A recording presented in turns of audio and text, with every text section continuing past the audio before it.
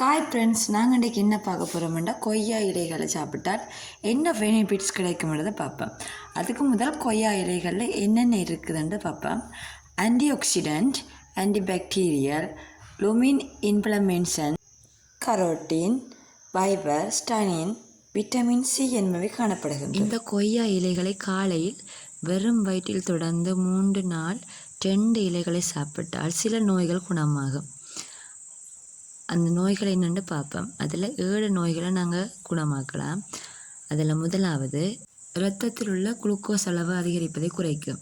இதனால் மாரடைப்பு குறைந்து இதயத்தை ஆரோக்கியமாக வைத்தது. ரெண்டாவது, உணவு சமன்பாட்டில் ஏதாவது பிரச்சனை இருந்தால் அதனை சீராக்கும். மூன்றாவது, சளி, இருமல், ஆஸ்மா போன்ற நோய்கள் இருந்தால் உடனே குணமாகும். நான்காவது, வாயில் வரக்கூடிய வாய்ப்புண், தொண்டைப்புண், பல்வலி, பச்சூத்தை என்பவற்றை குணமாக்கும். பச்சூத்தை இருந்தால் அதில் உள்ள நுண்ணங்கிகள் அழிக்கப்படும். அடுத்து, அதோட வாய் துர்நாற்றமும் இந்த இலைகளை சாப்பிட்டால் வரவே வராது. ஐந்தாவது, உடலில் உள்ள கெட்ட கொழுப்பை கரைத்து நல்ல கொழுப்பை சேமிச்சிருக்கும். கெட்ட கொழுப்பு குறைக்கப்படுறதுனால தொப்பை குறையக்கூடிய சந்தர்ப்பம் இருக்குது. தொடர்ந்து சாப்பிட்டால் தொப்பையும் குறையும். ஆறாவது, கொய்யா இலைகளில் போலிக் ஆசிட், விட்டமின் சி என்பனவை காணப்படுவதனால் அதை இரத்தத்தை சுத்தமாக்கி இரத்த சோகை அதாவது அனிமியா நோய் இருந்தால் அதை குணமாக்கும்.